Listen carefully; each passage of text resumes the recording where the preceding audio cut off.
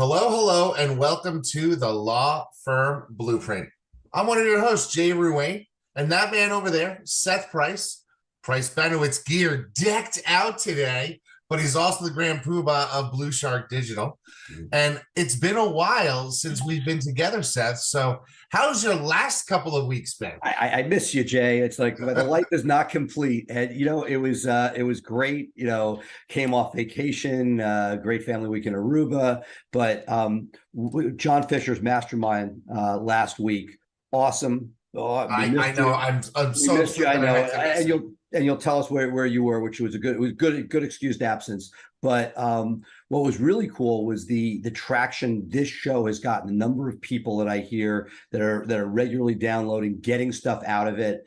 Every once in a while, it's a little weird because direct competitors are doing it, which I take as a huge compliment, and just fascinating. So great time at Fisher's Mastermind. John Knoxhazel came in and knocked it out of the park with his daughter Kate, who's the heir apparent rising star there. But great to get back with the lawman and Gary Christmas and a bunch of other sort of stalwarts as well as a lot of other guys. And John, of course, outdid himself. Joe Stonecrab for dinner and a beautiful. This was one of the things.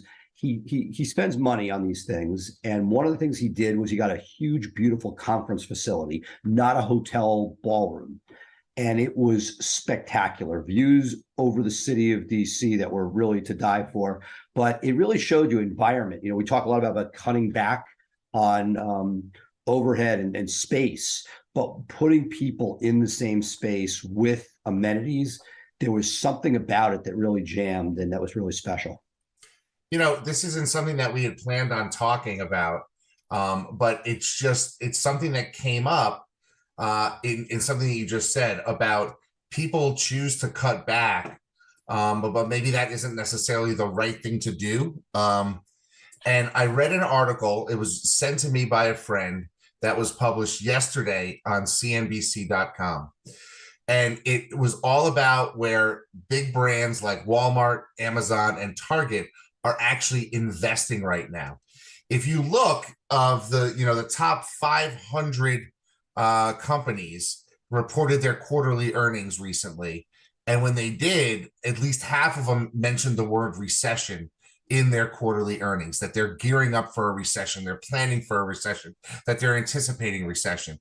But notwithstanding that, a lot of these big players are choosing strategic investments and not necessarily pulling back. They may be pulling back on some things. They may not be hiring as quickly, figuring they'll squeeze more out of their current, but they're investing a lot in technology and they're investing a lot in branding because they want to be able to weather any upcoming recession and come out even stronger on the back end. And if you look statistically at the brands that invested in 2008, 2009, 2010, they sort of trampolined and got out of that recession faster and built their brand even stronger. So that leads me to the question: if your law firm is going to invest in something over the next 6 months, year, that you haven't already done, what are you putting extra money into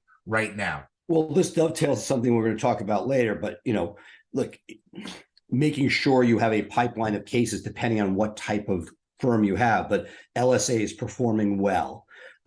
Things that we saw at Blue Shark, for people that may have gone all virtual during COVID, we actually went back to a clubhouse. So it sort of answers part of this and part of the other question I sort of started with, which is, what do you need for your team to get through this, right? Meaning people, this is not purely a recession question, but people don't necessarily want to be working at home fully. People are also questioning, business owners around the table are questioning, can you get true performance long-term out of people at home? And can you train people up?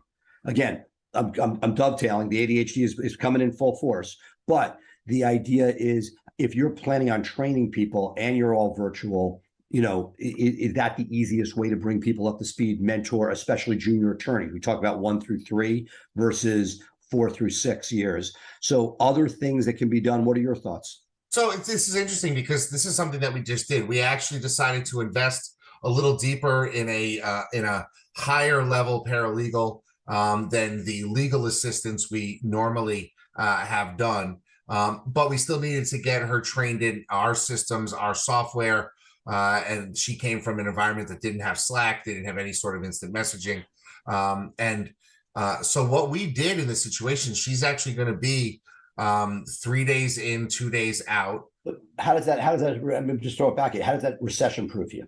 Well, because we're going to be able to move. She's got some civil rights experience, and we're going to be able to move on these files a little faster and a little more solidly. Whereas before, it was being done by somebody who had other tasks on their plate, and this is somebody who's going to be able to devote 30 hours a week to this practice area that is growing for us. Right. So translating, you're moving into areas that are more recession proof, adding staff for it. Exactly. Yeah, that's okay. That's the easy thing. So what we did in this situation, where normally, this would have been a person who was in the last 2 years would have been brought on and trained remotely. We actually decided, you know what, we're going to fly up our senior person.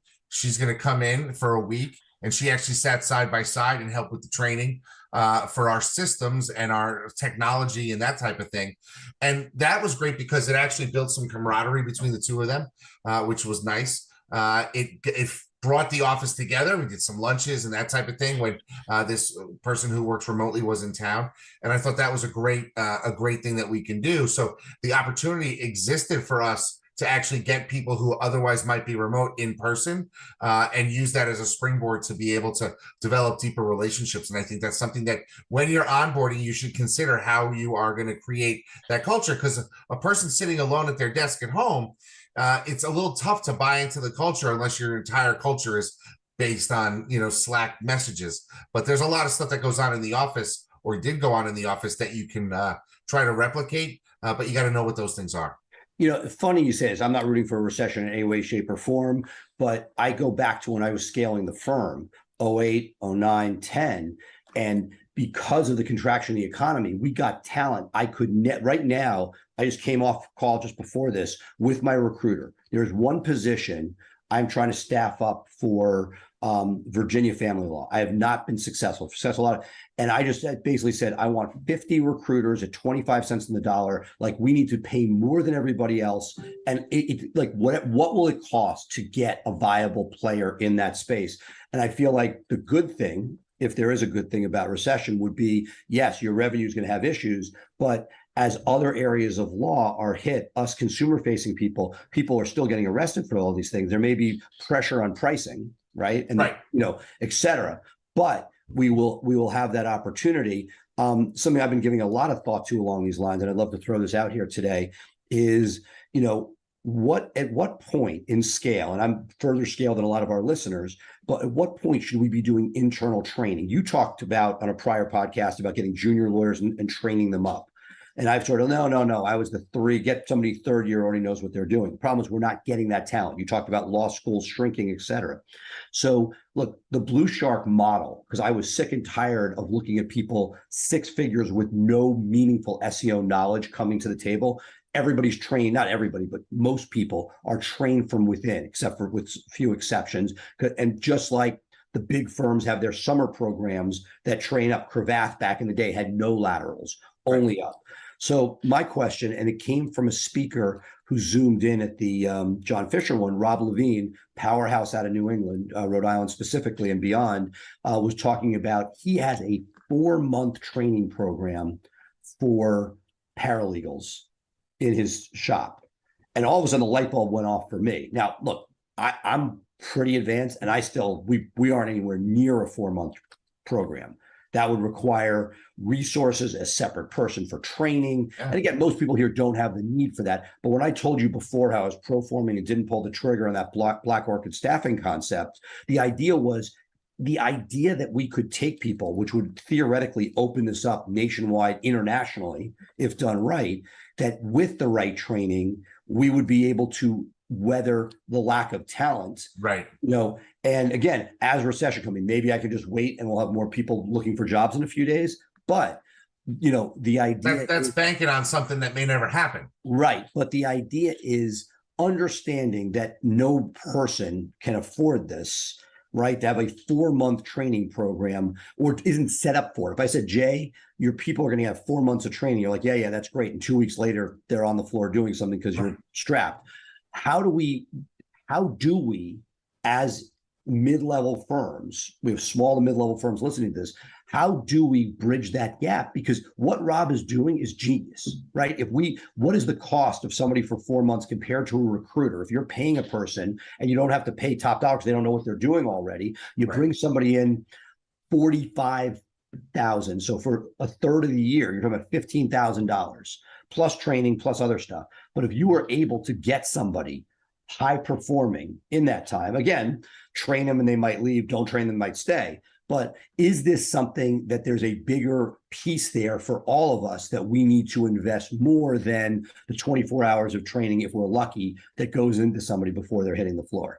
This is a really interesting point. And, for us, we've developed some training programs. They're not 4 months long, but, if you come in as a receptionist, you get 5 days of training, and it starts with you listening and it ends with you on the 5th day, being observed. And there's tests along that. We have written tests, we have quizzes, we have fake calls that come in, we have the whole thing. And then for legal assistant, it's probably about 3 weeks of training with more hands-on stuff. Paralegal, we've never really done that. Lawyers, we kind of, it's funny with lawyers, we always hired out of law schools and we did a little bit of training. Once a week or twice a week, we would have some sessions, 1 or 2 hours, where a lawyer would present on a topic, and we have a full CLE library that we have on our wiki, but we haven't had, because we've needed the bodies to go to court. We couldn't really keep them without. What I think would be amazing would be if somebody in the legal space, Seth, Price, developed something like Masterclass, where you could actually sit down and train people generally on the topics of what personal injury is, what words, what the lexicon of criminal defense is. And we could subscribe to that and put our people and say, okay, take these master classes, take these quizzes, and get somebody trained up. Because imagine finding a really talented lawyer in Venezuela who's bilingual or trilingual, and can't find law-related jobs in wherever they are, but they want to take these master classes, get up to speed, and become a kick-ass paralegal in the United States remotely. Right. And what was really interesting about Rob, who's a force of nature and a genius, he's had an offshore lean group for a long time in the PI space, and now he's placing people. He's shifting to heavy international for himself. A thing that I've never been able to get to. Again, I looked at it, but what he's doing and not talking about in theory, he's actually putting forth for his team is they're doing U.S. training. What are the branches of government? Who are the sports teams? Yeah. What making sure that they bridge as many gaps as possible to get people up to speed so that when they're conversing, it gives you the opportunity. So it's there. He's doing a double dose of both cultural training as well as substantive training. Well, that's a perfect example, right? So I found this to be an issue with our remote workers, that people were making offhand remarks while they were on the phone, potential clients, and our remote workers couldn't respond. Like, hey, did you see that Yankees game last night? Right? When judges on a tear, something like that, or talking about what's your favorite pizza, because we're here based, New Haven based, which is the best pizza all over outside of Naples. We got your New Haven pizza at the mall. I've not tried it yet since I'm cutting down the carbs, but I'm excited. You got Pepe's or did you get Sally's?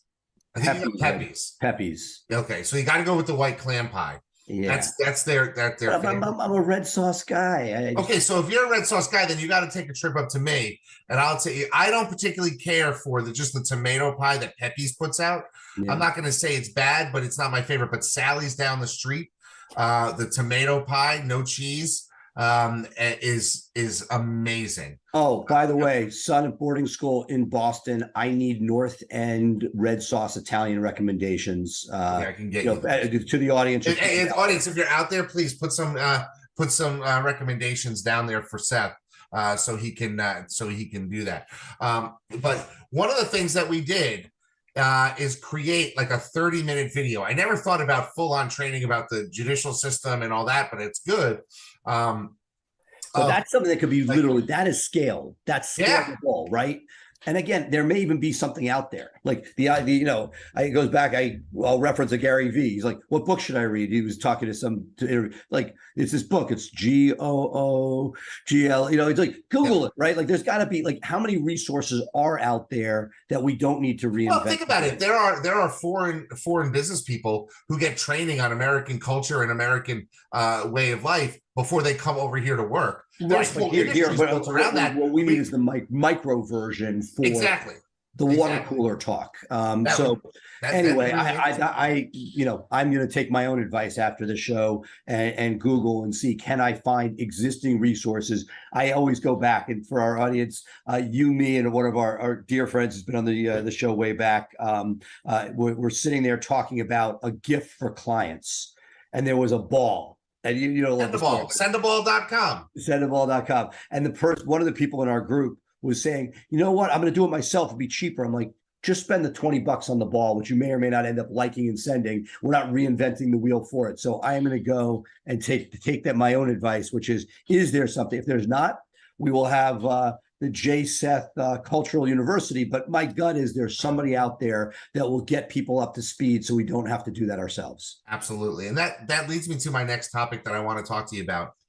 Is we had some things going on in our office, and we're in a position to take and dump an extra, decent chunk of change, $5,000 to $10,000 into LSAs in the last couple of weeks.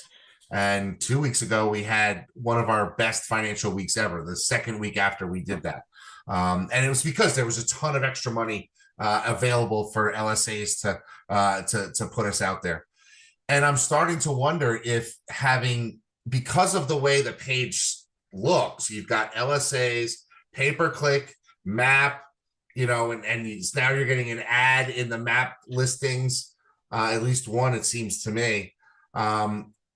Should I just be taking all my money and saying, screw it, I'm going all in on LSAs? Take that 10 grand that I set aside monthly to pay-per-click. I'll tell everybody, I was doing 10 LSAs, 10 pay-per-click, and then we jumped it up to 20 LSAs a month and kept the 10 pay-per-click. And I'm thinking, why not take the 10 off of pay-per-click and just throw 30 into LSAs? I mean, that's shit. That's almost $400,000 a year to put in there. But the question is, do they have the traffic? I think they probably do. Ding, ding, ding, ding. So look, let's divide this question. Okay. Those of us on the plaintiff side, it's whatever you can get in, right? You're putting $1 million as your ideal spend. Well, yeah, I mean, I want to preface this, Seth, because in LSAs in criminal defense in my state, I've got 5 competitors. And me and my partner occupy 2 of the spots that pop normally, whereas there's 83 PI people in LSAs that pop in my state. So in that respect, my competition is much lower on the LSAs, probably because they cost more money, and I also have a less savvy sort of competition when it comes to what's available online, I think. Right. So these are the factors. The answer is yes. Love it. Pushing money. Like every dollar we pushed over, we got better ROI. The problem is when you've maxed it out, because it may be you can't spend your 30. Right. Then are you spending stuff? And we're seeing in certain markets, it's really competitive. I mean, it depends on what your cost per case is, right? Again, in criminal, you got a number because it's a percentage of what your gross is on that, right? You're not looking at lifetime value of the customer. You want to am I making money on this case? So on the PI side, we are seeing, crazy numbers in a lot of markets with things soaring, and the LSAs have been a gift in that it's getting people in for whatever they can spend. So yes, like that, with huge caveat, Jay. First, God willing, and you've spent a lot of time during COVID building this up, intake's got to be good. It's a cost per call. Money goes quickly if you don't jump on it, right? Second, little nuanced issue. Let's say there are a lot of people out here who say, I do PI and I do criminal, and the PI is more valuable to me. It's hard sometimes to get Google to give you both. And if you ask for the criminal and that's there and that's plentiful, Google will fill that up and so that becomes an issue. So love it. Final. Well, let me ask you a question then. So, you can, as a lawyer, You can have your firm, and you can also have a GMB profile for yourself. Is it smarter then? Let's take this. If your firm is known for criminal and PI, is it smarter to take perhaps the PI with your firm that's got 100 reviews, and then focus only on your firm, and then individually on your personal one, which may only have 10 reviews, focus that on criminal, because the review count, you're going to want to get that up, but it's not necessarily the market maker on criminal early on. And then you can have side by side, one doing criminal, one doing PI, rather than trying to be a jack of all trades to Google. You can actually be targeted. What do you think about something like that? No. So the answer is yes. And this is beyond LSAs. It's also for the 3-pack, right? So a lot of talk about the 3-pack. A lot of sort of people freaked out. What is the 3-pack for people? The 3-pack on the top 3 organic results that are showing after your LSAs, after you're paid. It's the map pack, so to speak. Okay. Right. And it's where the reviews matter, because that gets you in, both helps you get in the 3-pack as well as convert once they're there. So I would say yes. The advice that I give, we lecture on this a lot, is if you have a secondary market. Then there are exceptions. I know people that just don't care and they're able to somehow push both through. But given that the need in competitive markets to add keywords into brand name through a DBA has been to add those accident or injury keywords in, you're very often left with a hard way to double dip. Possible for a secondary market, but when it's super competitive, not ideal. The good news is you get your review count up, and you could theoretically get a second piece. Reviews are not going to be on criminal if it's all PI, or vice versa. What I like about it is it does raise review count. But coming back, to what you were saying before, is I do like the secondary or the professional profile inside. I think that's huge.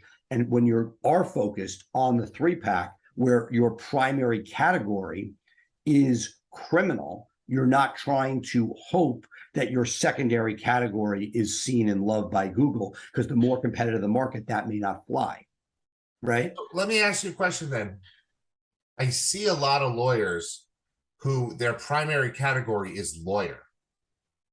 Is that just a catch-all, and then Google will show you to anybody? I mean, that does not generally seem to be a best practice. I hate being called a criminal justice attorney. I wish they would say defense. Understood, but that's why they don't. Look, but when Blue Shark works with you, our sole goal is 3-pack placement. Why would you not say that's what you are? Right. You do. Right. I mean, it's the term you don't like, but if it's a criminal lawyer, Dave Bennett hates criminal lawyer. I'm not a criminal lawyer, criminal defense lawyer. Who cares? Right? It's whatever somebody's searching, I want you to be. But that is not, and frankly, I'll tell you a story.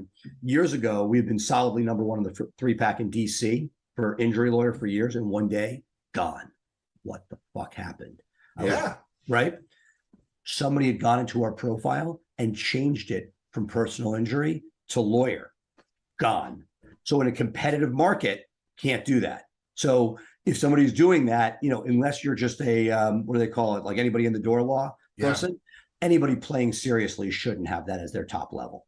It's funny. Speaking about anything, I was just at a conference this weekend for the Texas Criminal Defense Lawyers and DUI Defense Lawyers Association, and it really showed me that niching down is the way to go in any practice, because our firm picked up a referral this weekend. Somebody literally was like, "Hey, I just got a potential new client, but they live in this state. Who lives in Connecticut?" And I raised my hand, and they said, "Okay, here's the contact information." I passed it along to my intake people, and they closed the client for me attending a seminar. And I mean, that's happened to me multiple times. And that's how you built your firm, to be fair. You are known nationally as the Connecticut DUI guy. Right. And hopefully, look, the nice thing is, I think you've shown, hey, you can have other areas that you do and make money locally, but nationally, good and bad, right? Right. You're not known to bring in the catastrophic case nationwide, but everybody in the country that is in the criminal DUI circle has you at the top of the list. Yeah, my name will come up in the conversation. I think that's part of the thing, is that, and one of the things that I realized is that I built that by attending both regional and national seminars in my niche, by getting out there and speaking. And that's something that I think a lot of lawyers don't take the opportunity to. But it's not just getting up and speaking. It's being a good public speaker, which it's not easy to do unless you take time and you do some research and you talk about and you watch videos by Nancy Duarte and you watch the best speakers at seminars and see what they did. I gotta tell you, I watched a lawyer from South Carolina named Sean Kent speak at this conference. And he's not a DUI lawyer. He does DUI cases, but he does high level criminal stuff. And I got to tell you right now, he would get all my referrals going forward. Anything comes up. And I know you got to practice there. You're going to have to worry about this guy who's building it because he is as dynamic as they come. He's not in Charleston, thank God for that. But he is as dynamic as they come as a public speaker. He's a young African-American guy. And I got to tell you, boy, oh boy, he took this place by storm and people are going to be talking about him for years to come. I will always remember him based on this. Based on his presentation. So, well, I'll give you, look, that's great. And I'm not saying, like, yes, obviously amazing, but I would credit not your public speaking, good or bad aside. I would say it's because you're there answering questions, you're part of the mix, and that you give back. So yes, doing a speech. I remember, I've heard a few different lawyers, one PI lawyer from North Carolina who gave one of the best speeches I've ever heard early in my career about how you lay out a firm and all that. He was at 100 people way before I was, and it was at a different level than I've even heard since. That said, I would say that, look, not everybody's going to be the best speaker from stage, but being there, being on the list, answering thoughtfully. And as when somebody says, who's the guy in New Jersey for trusted estates, and we pass to Russ, we're not getting a piece of action on that, but you're part of that conversation and people see you as, so to me, like, yes, if you're an amazing speaker, you get yourself to be an amazing speaker, awesome. But there are many, many ways you can be part of the mix and touch a ton of people, even without being that, diamond in the rough speaker. Well, that's the thing. I mean, you talk about it early on in some of our prior shows about, do what you love, right? And I think there are people that are lawyers that would love to get up and give presentations, but the way you got to do it is you got to suggest it to bar associations. You got to put yourself. No one's going to come and just select you unless you have a reason to be selected. So if you want to be top 40 under 40, call the magazine and ask them what's their criteria because you want to make sure that you're in consideration. Stuff like that. But I'll take the flip side of this. If you want to speak, that is, people are looking for content. They really are. Now, most people don't have an assistant that can go and hustle, but I guarantee you that if a young lawyer here sent 10 pitches with nothing to sell, just saying, I have a speech on X, Y, or Z, bless you, that they would be able to get 1, 2, 3 spots. Part of it in the old day was you had to get there. That's less so now. But if you've done this, if you find a niche on ethics, now, I'd also say, it is be careful what you wish for. I know you, over a 20-year period, have built a name in Connecticut DUI. Couple things. Not a lot of other people nationally raising their hand, right? It's not as competitive as PI or, if Ryan McKean says, I'm the guy from Connecticut, he's a rock star, but he's got a lot of competition who have done marquee stuff, people who just finished being AAJ president. There's a whole bunch of, so picking your niche, part of it's luck. When we were with, we're talking to John Knox Hazel, he put a lot of his numbers on the board, and it's shock and awe with the Mike Morris Law Firm, which is amazing. The case values in Michigan are astounding. I mean, so part of it is history is written by the victor, picking the right market. You stumbled into this through a downplay in federal law, with a whole bunch of personal stuff going on with dad. So what I would say is, getting the speaking is doable and will always help you long-term professionally, but it's very tough. Part of it is, I think, has to go in concert with other things. If you just say, I'm going to speak and make a living, fundamental SEO that brings stuff in, figuring out, before you go national, are you going locally? I mean, look, I've seen you. It's not pretty, but you showed up at bar events with your brand and a booth, and you're there. Nobody else is doing that. right? Some probably rubbed some people some wrong way. It wasn't lawyerly enough, whatever it was. Oh, I got such negative feedback from that.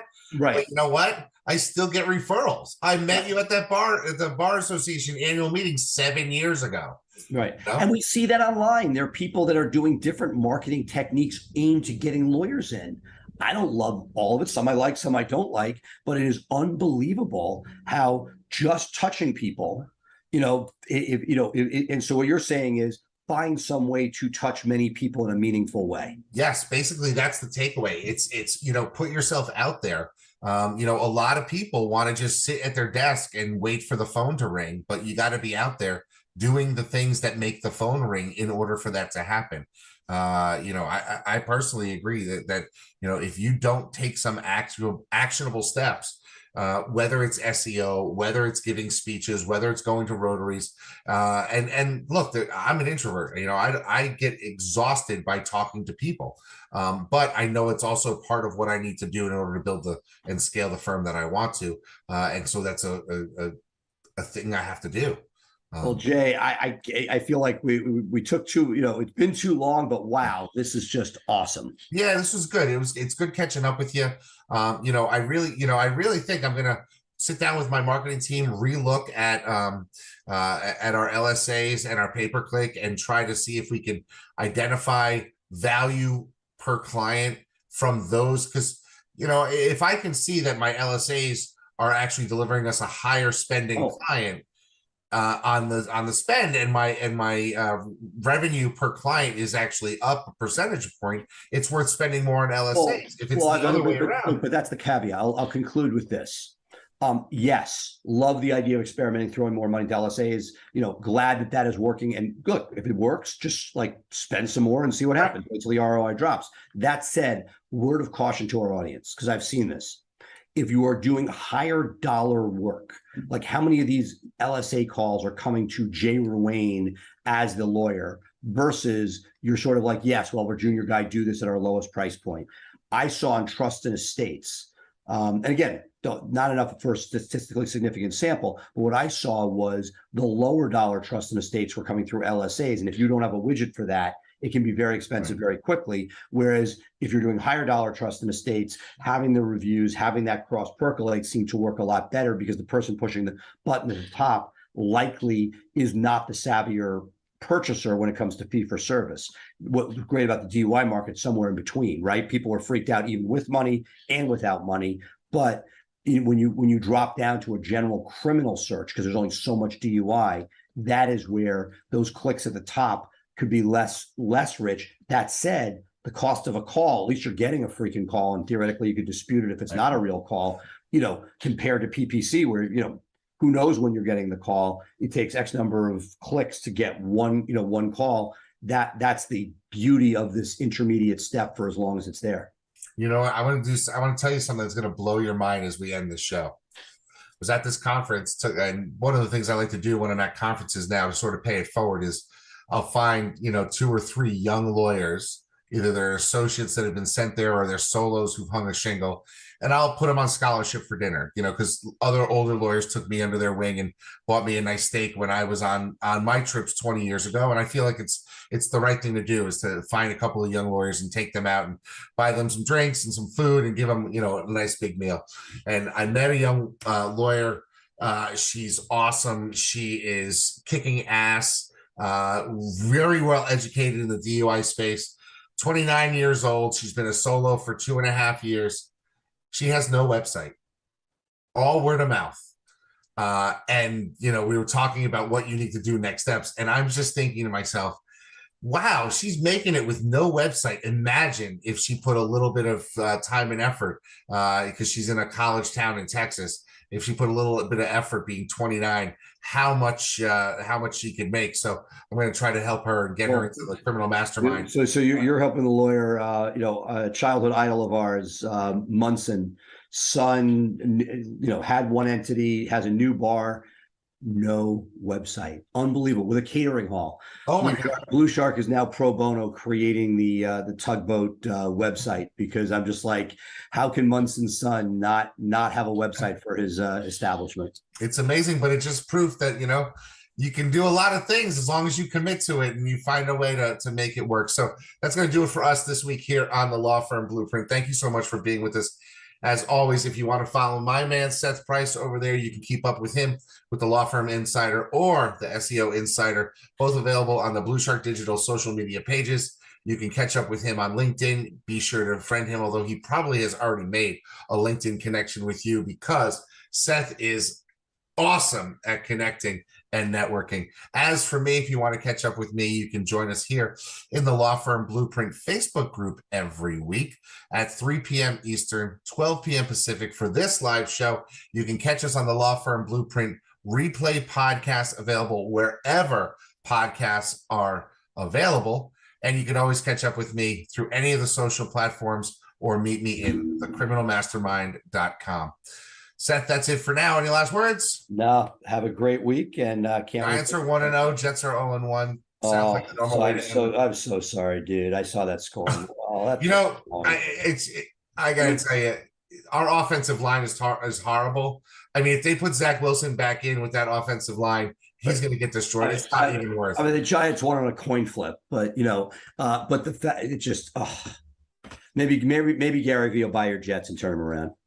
I think I think the problem is he wants to buy the Jets as his goal, but he doesn't necessarily want to own the Jets. But if he does, man, that would be, I'd be at every game if he does, just so I could possibly meet him. That's just the way it goes. Very good. All right. Bye for now, folks. Have a great one. We'll see you next time on the Law Firm Blueprint. Bye for now.